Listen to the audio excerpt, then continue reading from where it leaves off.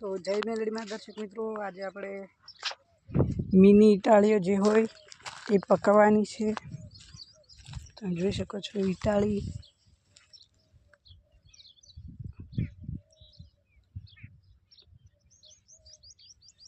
તમે જોઈ શકો છો આટલી છે.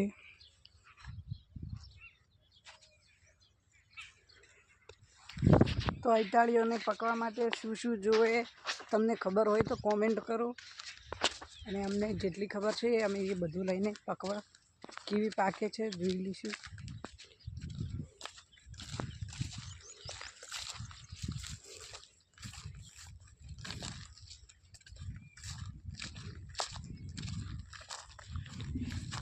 તો પહેલાં રાઈનું હુકલું લઈ જવાનું.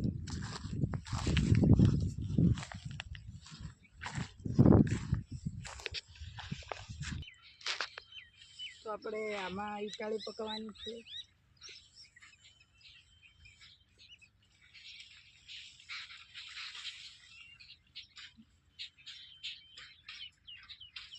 તમે જોઈ શકો છો.